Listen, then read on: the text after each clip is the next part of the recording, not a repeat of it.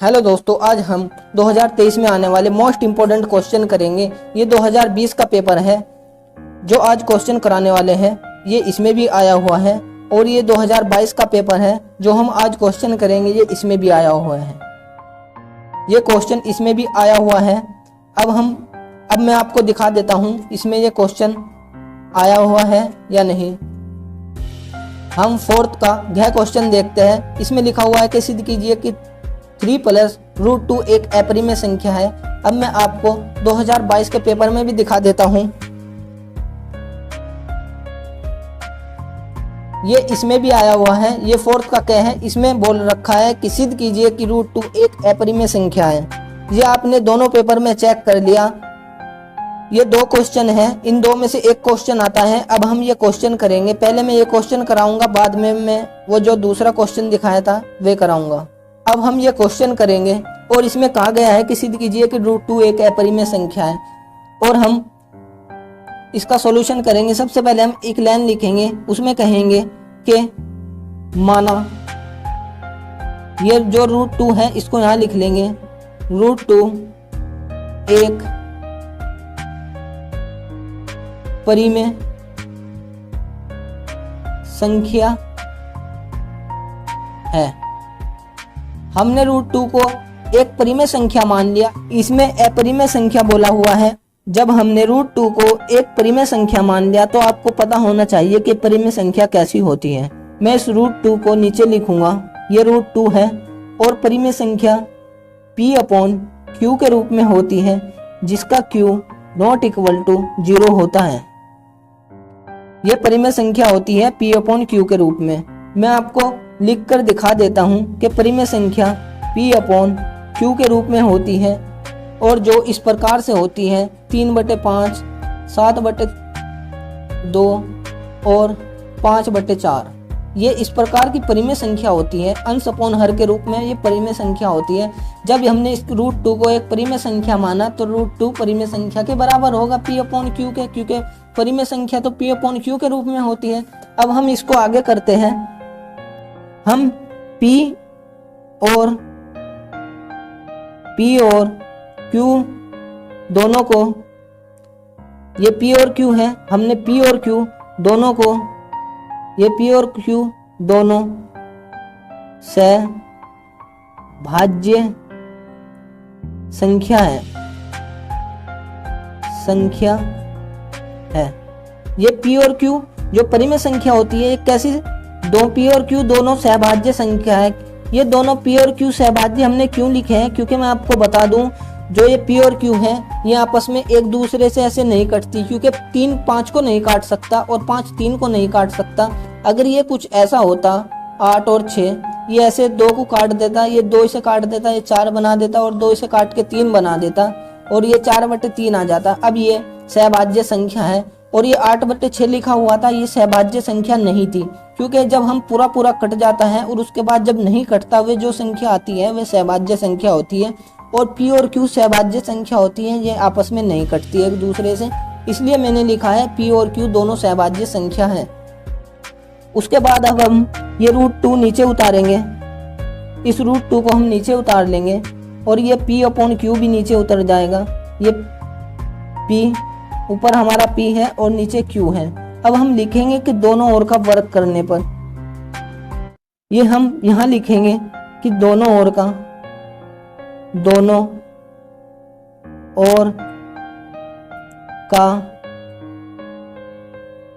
वर्ग करने पर, जब हम इन दोनों ओर का वर्ग करेंगे, ये हमारा √2 इसकी भी स्क्वायर हो जाएगी और ये P/Q है, इन दोनों की भी स्क्वायर हो जाएगी। ये स्क्वायर रूट को काट देती है, ये हमारा 2 बच जाएगा और ये स्क्वायर है इन दोनों पर आ जाएगी, ये हो जाएगा P की स्क्वायर और ये Q की स्क्वायर। इस Q की गुणा में इस 2 से करूंगा, ये हो जाएगा 2Q स्क्वायर और इधर P स्क्वायर बच गया।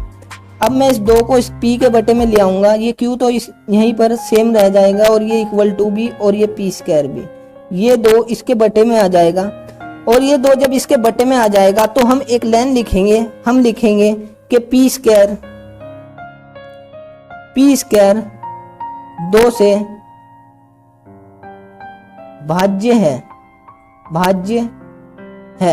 क्योंकि पी स्क्वायर में 2 से भाग जा रही है, इसलिए हमने लिखा कि पी स्क्वायर 2 से भाज्य है।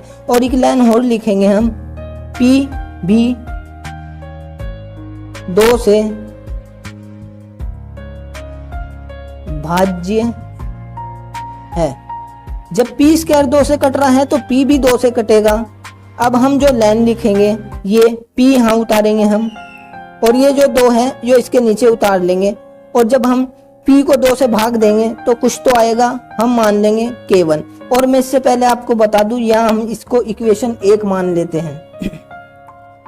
और जब ये इसको इससे भाग देगा तो k1 आ जाएगा, समथिंग कुछ आएगा, हमने k1 मान लिया। और अब मैं इसमें गुणा करूंगा, ये p बराबर 2k1 आ जाएगा। अब हम इन दोनों ओर का वर्क कर लेंगे। मैं यहाँ लिख लूंगा दोनों और का वर्ग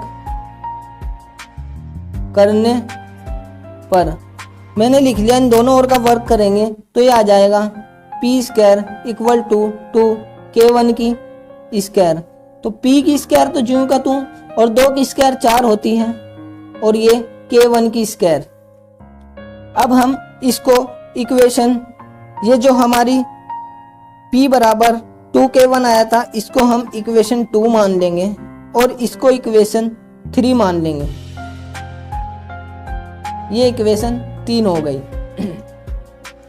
अब मैं ये p स्क्वायर का मान है, इसको इक्वेशन फर्स्ट में पुट करूंगा, यानी कि यहाँ p की स्क्वायर की जगह इस 4k को रखूंगा। तो मैं यहाँ लिखूंगा कि समीकरण 3 का मान समीकरण 1 में रखने पर, ये मैंने लिखा समीकरण 3 का मान, ये 3 है हमारी, समीकरण 3 का मान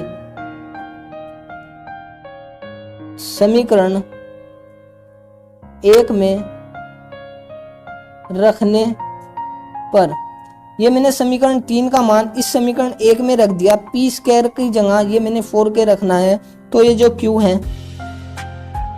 ये q स्क्वायर है, इसको मैं बराबर q स्क्वायर बराबर, और जो अपन में 2 है ये भी ज्यों का त्यों आ जाएगा। और ये जो पी स्क्वायर है, इसकी जगह हम 4k ये लिखते हैं 4k1 की स्क्वायर। अब ये 2 इस 4 को काट देगा, ये हमारा आ जाएगा 2k1 स्क्वायर। और जो ये 2 है ये इसके बटे में मैं भेज, और जो ये 2 है q के बटे में आ जाएगा, q स्क्वायर बटे 2, और इधर k1 स्क्वायर बचा। अब हम जो ये पी स्क्वायर अपॉन 2 आ गया था, हमने लिखा था कि पी स्क्वायर 2 से भाज्य है और पी भी 2 से भाज्य होगा। इसी प्रकार क्यू स्क्वायर के बटे में 2 आ गया, हम लिखेंगे कि क्यू स्क्वायर 2 से भाज्य है। और दूसरी लाइन लिखेंगे हम, क्यू भी 2 से भाज्य है, ये हमने लिख लिया। उसके बाद जो हमने करा था वो भी इसमें होगा। उसके बाद हमने लिखा था p अपॉन 2, ये 2 इसके बटे में ले आए थे हम, इसको भी ऐसे ही लिखेंगे, ये q और ये 2 इसके बटे में। और जब हम इसको इससे भाग देंगे तो k2 आएगा, उसमें k1 आया था, और इसमें जब q को 2 से भाग देंगे तो कुछ तो आएगा, हमने k2 मान लिया। ये जो 2 है इसको हम इसके पास ले जाएंगे तो q तो हमारा q तो सेम आ जाएगा, और बराबर k2 भी सेम आ जाएगा। ये जो 2 है ये इसके पास चला जाएगा, इसको इक्वेशन हमने 4 मान लिया। अब मैं आपको दिखाता हूँ कि जो p बराबर 2k1 ये इक्वेशन 2 में आया है, और जो ये q आया है ये आया है 2k2, ये इक्वेशन 4th में आया है। ये इक्वेशन 2 में मिला हमें, ये देखो, और ये इक्वेशन 4th में मिला।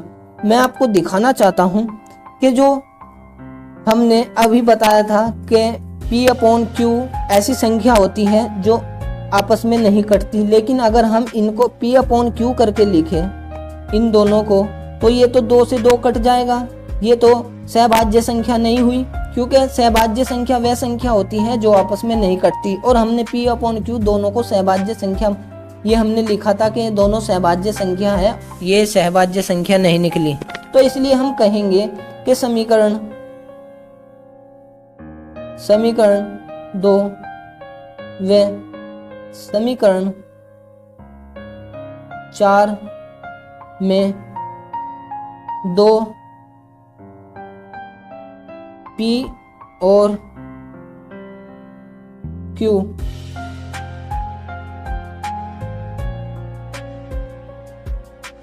समीकरण 2 व 4 में 2 P और Q में उभनिष्ठ है,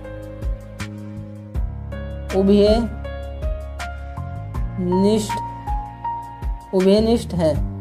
उभयनिष्ठ का मतलब होता है कि दोनों में सेम आ गया है। उभयनिष्ठ का मतलब सेम होता है, ये दोनों में सेम आ गया है, इधर भी 2 आया है और इधर भी 2 आया है। उभयनिष्ठ है, 2 दोनों में है तो उभयनिष्ठ है, और हम कहेंगे ये उभयनिष्ठ आ गया है और हमने सहभाज्य माना, हमने इसको सहभाज्य माना और ये उभयनिष्ठ आ गया, तो हम कहेंगे अतः हमारा कथन गलत है, हमारा कथन गलत है। हमारा कथन गलत क्यों हुआ?